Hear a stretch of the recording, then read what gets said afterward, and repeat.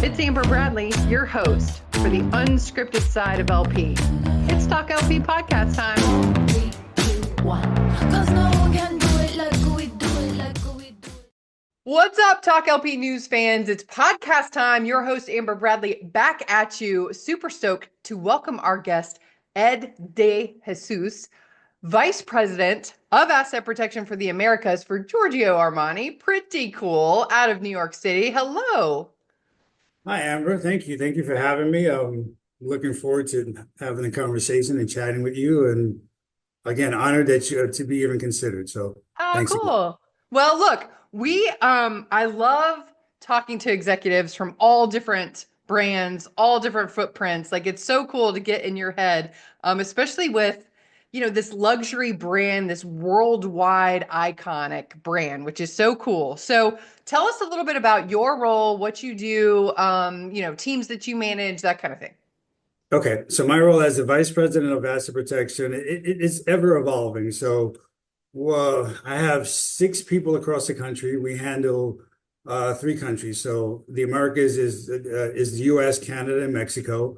I have 5 regional people across the country that handle different parts of the country. Our presence in Mexico, like especially recently, has grown exponentially over the last couple of years. So my person out of Boston takes care of Mexico for us. I have somebody in Los Angeles, Chicago, Miami, and someone here in New York with me who handles kind of the East Coast. So we LP stuff, we do all the workers' compensation claims, general liability claims, inventory control management now, that's kind of fallen under our umbrella. But we're kind of jack of all trades. So whatever Tom, who's our CFO, I report right to the CFO. Whatever Tom asks us to kind of look into, we try to take care of it for him. Yeah, so it's almost like asset protection and with some flavors of risk and HR in there. Yes, absolutely some flavors of risk and HR in there for sure. Yeah.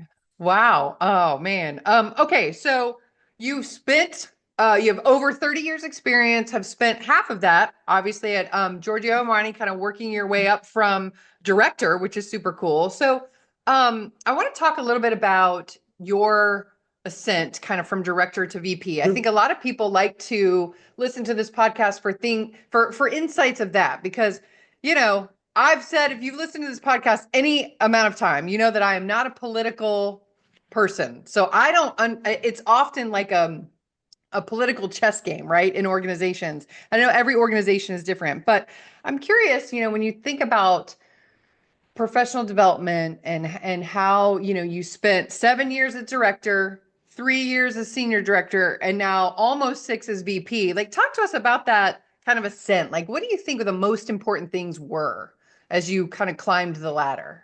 Sure. I think when I first got here, to be completely transparent, finding my footing was a little bit difficult. I had come from a different organization that was still retail, but very Not different. luxury. Not luxury, correct. Very still mom and pop, very a little bit different. So my first couple of months here was really tough trying to find my footing. I didn't know. I walked into the space and I had an idea of what I wanted to do and how I wanted to do it. And LP wasn't first and foremost on anybody's mind here. So I really had to find my way. Okay, how am I going to navigate this? What avenues am I going to take? How am I going to find where I want to go? At one point, it was almost, I wanted to go back to my old job because I just kind of couldn't find the footing. So it took a few months to really figure out, okay, this is my lane. I found the lane. I found where I wanted to go. LP wasn't, again, like I said, wasn't first and foremost on anybody's mind here and at the company. It was kind of like a side thing. Okay, yes, one of those necessary evils that we have to deal with. So it was establishing relationships and then really selling a program, right? Explaining to people, hey, let me take a look at this. Let me see, what are we paying in, contracts here? What are we paying guard service? Where are we, how much money are we really spending in these different avenues? And is it money well spent?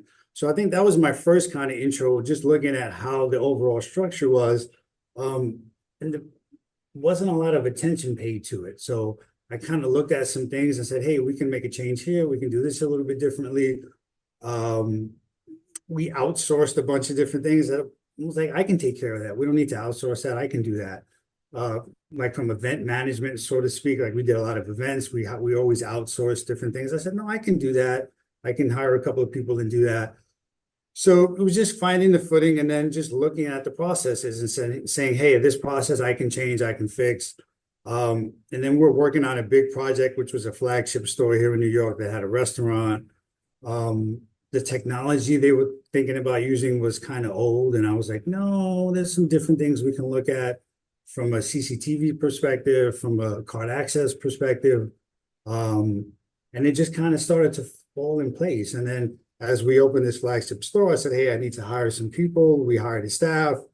And then things just started to grow. They're like, hey, can you take care of the East Coast? Yeah, sure, I can take care of the East Coast. And then it was, can you take care of the whole thing? And I was like, sure, I can take care of the whole thing. And then the team started to grow. And listen, it's really all about the people. I was like, I hired some really good people who 17 years ago, when I hired them to do this project in New York City, 3 of them are still with me today, which is pretty cool and pretty amazing that, we've been able to keep the continuity. So we kind of grew all together. So that was neat. So let me ask you, I'm just making some notes because I want to circle Sure. back on some things. Sure. First, when you first came in and you said, LP was kind of like, well, I mean, I guess we gotta, have this, and then you're changing some things.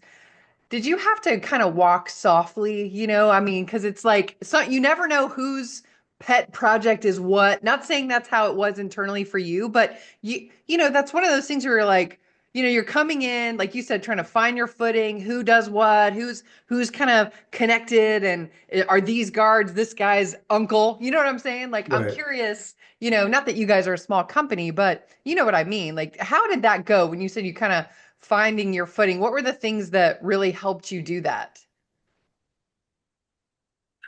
Just really having a belief in myself, I guess first and foremost, right?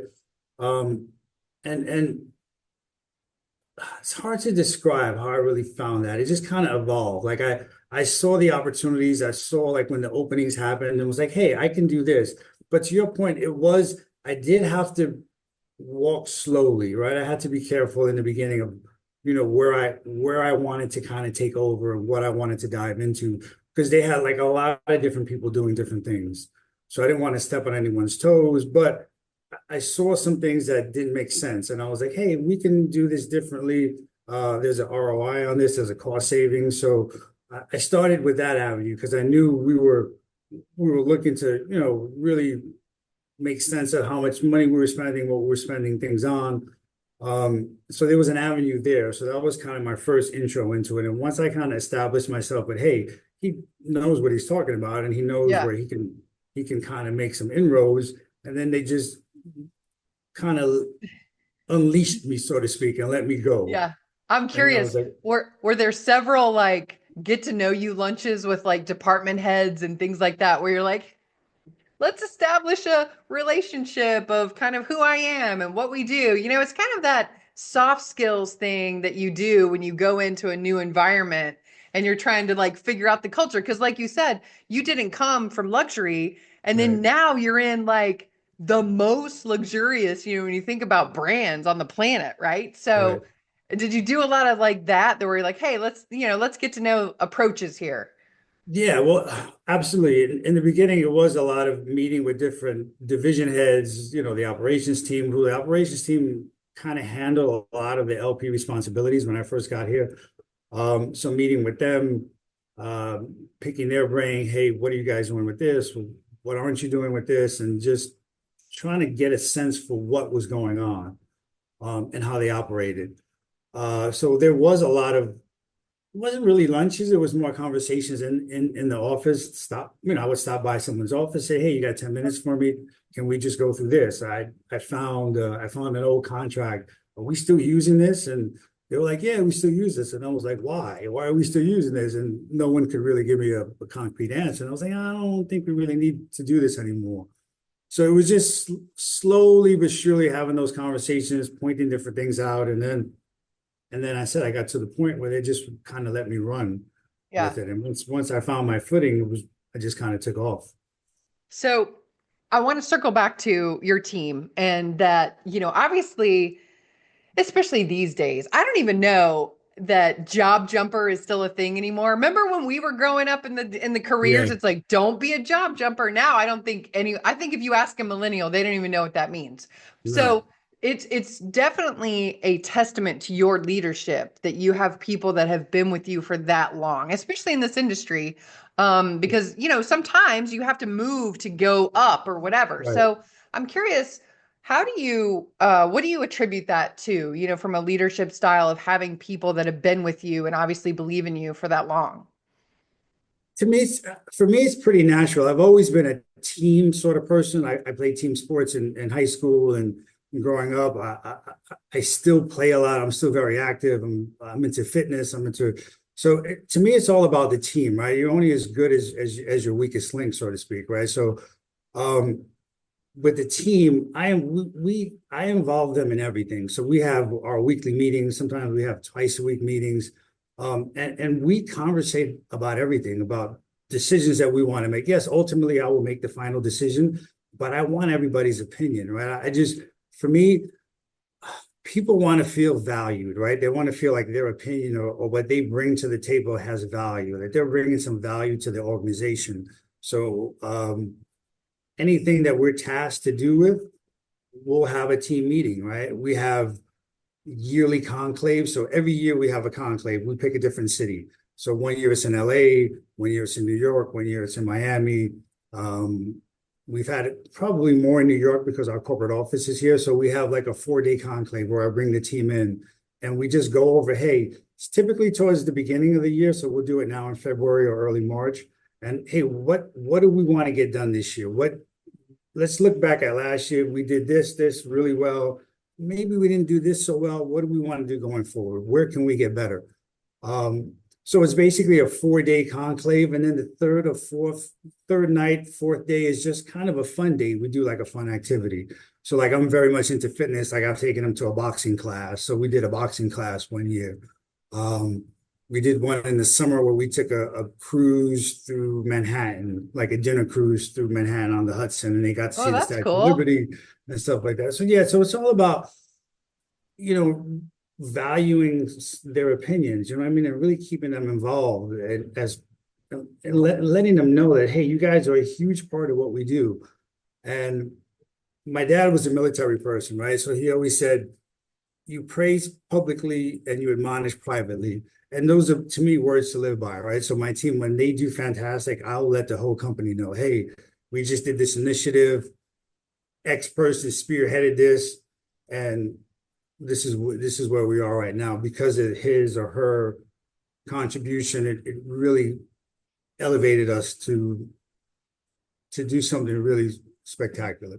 Yeah, well, that So recognition is so important, I think, for anyone. mhm, That's a human emotion, right? Is that you want sure, to be absolutely. People want to be acknowledged. recognized, acknowledged, Yeah. exactly. And I think, and that's innate to your point. I mean, we all, if you can make someone feel, obviously, salary and all that stuff is a component of it, right?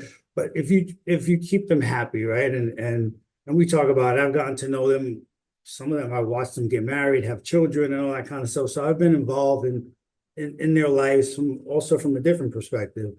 And I'm curious about that. I call them. I want to know, hey, you okay? How's your son? How's your daughter? How's college going for them? Different things like that. So those are those human kind of interactions I think are super important as well. Yeah, no, that's totally true. So when you think about, obviously if you look at your career and I was stalking you on LinkedIn for this interview, Mhm. but it seems textbook, right? I mean, you're like, okay, your Ed's like moving on up and on paper, Ed's done nothing wrong, made no mistakes. But, Far when from the you're truth. retracing your career, I'm curious, are there any things that were like major learning lessons that you would have gone, you could tell your 25-year-old self like, "Hey, watch out for this." Yeah, I mean, if I had to do it all again, though, I wouldn't change a thing because you have to take the falls to get better, right? So the setbacks kind of helped me go forward. Um, just a couple of things I would early in my career, I was a little bit of a hothead, so to speak. Like I didn't take things in. Somebody would send me an email that I didn't like, and I would just respond with another email that wasn't probably appropriate, right? Guilty. Guilty. So I over time you just learn to, hey, so someone told me this. I had a boss a long time ago, and he said sometimes you need to be the fox and not the lion. And it's something that really stays with me all the time now. And I tell my team that all the time. I'm like, guys, listen, if you get it, I call it a nasty gram. If you get a nasty gram on an email, sleep on it 24 hours. Don't just react to it. Just take a breath, read it again, because especially in today's world, text messages, emails, Teams messages can be so misinterpreted. You know what I mean? Yeah. You could somebody they can come across as something and you don't really know that person's intent, right? And sometimes they're obvious, you do know what the intent is. So take a breath, take a beat, walk away from it for a couple of hours, for a day. If it happens in the evening, get back to it in the morning, have a different perspective before you answer it. So I would go That's good back and tell advice. myself, hey, just really use that kind of philosophy, right? Be the fox and not the lion all the time. You don't always need to be this aggressor. You don't always need to answer back so forcefully. Take it all in. Well, I like that. And I swear that's going to be the title of this because you're not saying be the mouse, right? It's not that you're, laying down for someone, but the Absolutely. fox is sly and It's cunning. sly and Like, cunning, right? And eventually, if you're the fox, you'll get what you want. You might have to go around. You might have to figure out a different path. But if you can be the fox, it's definitely the way to go. So I've really kept that, and I think about that all the time. Like I said, I tell my team that all the time, and I think they use it now as well. So yeah, yeah, that's a good one. That's great advice. Okay, so sometimes in our careers we don't get very good advice. Like, is there any? And I ask this of everybody. Sometimes people right. opt out and go, "Nah, everything's been pretty nice because they're nicer than I am. They're nicer people than I am." But not that you call out who gave it to you, but worst advice, worst career advice you've heard, or maybe one of your teammates have heard. Like anything comes to mind on the worst career You know what? advice you've heard. I can't think of like a spoken words or spoken advice, but it's more behavior that I watched, that I saw. I watched people's behavior. I've had people that I've come across that keep everything very close to the vest and feel like, hey, if I'm the only one that knows this, I'm untouchable, right? I don't share it because this is my world. I'm not going to share this with you because if I teach you this, then you know it, and maybe I'm expendable down the line. I just despise that philosophy, right? To me, I share everything, right? And if I share something with you and one day you take my job down the line, I did what I'm supposed to do because I'm training people, I'm growing people. So I learned that I guess early in my career here, what not to do, so to speak. And again, it wasn't anything anyone told me. It was more a behavior that I watched. And I said, no, this is not how I want to, not who I am as a person and not how I want to run things. I'm not going to keep everything close to the vest, and I'm the only one that knows this, and I'm not going to share it. I'm going to share everything, right? And if you can do it better than I can, God bless you. And that's the whole point of it. And so that would be the only thing. It's not something anyone told me. It was more watching the behavior of how people managed other people. Well, that probably speaks to why you've had such long-term teammates, right? Is because I think when people do that, it breeds a very like insecure environment. You're like, Yes. something you heard something because there's always rumblings, it's like if you think you're keeping something close to the vest, it's probably not as close as you think. I've always found that to be true. But okay, I'm curious about your views, especially because you have so many things under your purview, especially internationally. But let's talk about technology for a second. Like, are there a few pieces of technology? I know this never, of course, my style never told you I would ask you this, but any pieces of technology that you're like, man, I really couldn't live without this, or, maybe in Mexico or Canada or whatever, like these are the things, Right. or new stores, old stores. Like, what's in your brain on that? I mean, I think the thing that's really helped us is that we created, and we've had this since 2015. We created a web-based incident reporting system that's cloud-based. So our stores report incidents to us, our stores, our corporate office. We do it for accidents. We do it for workers' comp claims, for general liability claims, just for general store, for shoplifting incidents that may happen in the store, for casualties and shorts that happen in the store. So we ask the stores, and it's all online. It's all like all our stores are number driven. So it's on our intranet. So you go on our intranet, you open the loss prevention tab, and there's an audit kind of tab, and you click on it, and everything is store number driven. So store 102, for instance, we just put in store 102, and then a drop down, a box opens, and hey, did you have a shoplifting today? Yes, I did. Give me the time. Just give me a brief scenario on exactly what happened. And then at the end, they hit send. My whole team gets an email automatically within 20 seconds of them sending that bit of information out. And it also lives in the cloud. So we can go back historically to 2015 when we started the program and look at data, right? And for us, so we have our super high-end luxury brands, right? And then we have our outlet brands. We have our fast fashion brand. And we see just from the reporting, it's not a one size fits all, right? The LP problems that are in the luxury brand don't necessarily translate to what we're seeing in the outlet division or in the fast fashion division. So it kind of gives us an avenue to really say, okay, we can hone in on this particular thing because this is what's happening in the luxury end, and something different is happening in the outlet division. And it really gives us the ability to really go after where the problems are, right? We've identified, hey, these are the problems. And the proof is in the pudding. It's not like we're making it up. All the analytics show us, hey, we're having cash overs and short problem in the outlets, right? Maybe is that a training issue? Are we hiring people and not training them well enough on the register? We're losing X amount of money every day from cash overs and shorts, right? Are we seeing we're seeing a lot of, especially like in the outlet division, like these quick change artists that are coming back, the old kind of hand is quicker than the eye, so to speak. We've seen that come back huge post-pandemic, right?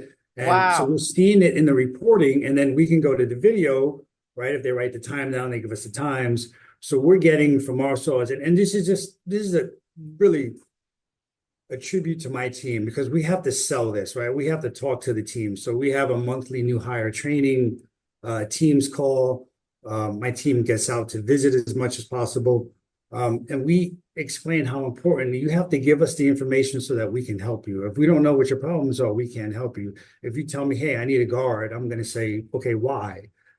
You don't send me any reporting. I don't see any huge shoplifting. I don't see any huge problems. If you tell me, yes, I have shoplifting, and I can look at the reporting, and the reporting tells me exactly what you're saying, I can go to the CFO and say, hey, I need extra money for this. I need extra funds for this, and here's why. I can show them that. So I think that piece for us has been huge. It also helped us with our workers' comp claims. When we took over workers' comp in 2015, we were paying an exorbitant amount of money to workers' comp claims, well over $1 million a year in workers' comp claims.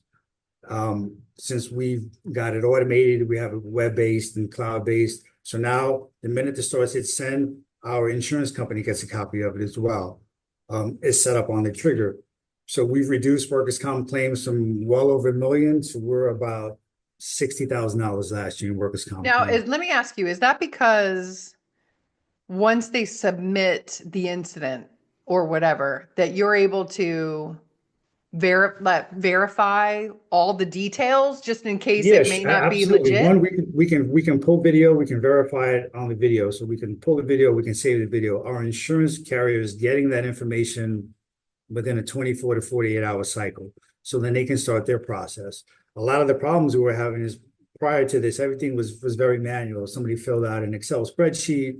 Uh, 2 months later, the insurance company called and said, hey, you guys had an incident on, March 22nd of 2022. Well, that yeah. was 5 GMs ago, right? Person's not Yeah. there anymore who filled out the original report. We don't know where it is. We don't know exactly what happened. So it's just timely reporting has really helped us and really helped Pretty us with the, interesting. I don't think I've heard, the tying of what you're saying is kind of a robust case management solution, to things like that, to where it's like, okay, well, if they're putting that information also into that case management system, then you're like, okay, well, now we have a moment that's immediate in real time to go check and be like, what's up? Exactly. And then we have the triggers on it. So we have it sent, it goes right to our insurance carrier. So they get it right away. They see the claim, they issue us a claim number. My team gets it right away. We can pull video, we can save the video, we can attach video to the incident reports as well. So that's helped us tremendously. So that's just one, that would be the tool that I would not want to be without. Yeah. And then just really using the newer technology with cameras and different things like that. Yeah. And you guys built that in-house, you said? We built it in-house, yes. We use a third party that runs it for us, but the framework we built, and then we went to a third party to say, hey, can you develop this for us? And they were like, sure, we can. Yeah, cool. That's very cool. Okay. As we wrap it up, one of my favorite questions, which is always, if you weren't doing what you do, right, in this role, which sounds like you love, so you probably haven't thought about this much. What career did you miss out on? Like, what would you have been? I give you the kid in me, I would have been a professional baseball player. Is that the team sport you played in high school, you mentioned? Yeah, I played baseball. What position? Pitcher? I was a catcher, actually. Oh, okay. Yeah, I played catcher and I played a little bit of the outfield, but mainly catcher. Because you control the game. You control the game from behind the plate. Oh, that's interesting. And you're in it. You're in every single, you catch the ball every single time. You're having communication with the pitcher, with the fielders. You're positioning them. I loved it. So that or a fireman, that was the other thing I always wanted to be. Yeah. So, well, I'll tell led me you, to the LP world. I know the LP industry is happy that you're here for sure. Especially those team members you've got that've been with you for so long. But Ed, I really appreciate you stepping into the Talk LP hot seat. We look forward to seeing you soon, hopefully at Apex and then other places around the industry. But thanks so much for stepping into the podcast hot seat. We appreciate it. I appreciate it, Emma. Great. Nice to meet you. Thanks for having me. And I'll see you soon again. Yeah, so absolutely. Thanks, guys, for listening. You can always follow us at Let's Talk LP or the LinkedIn group. Don't miss that. Or Talk LP News app. Download the news app right in the palm of your hands. Thanks, everybody, for listening. See you later. Cause no one can do it like we do it, like we do it, like we do it. Cause no one can do it like we do it, like we do it, like we do it.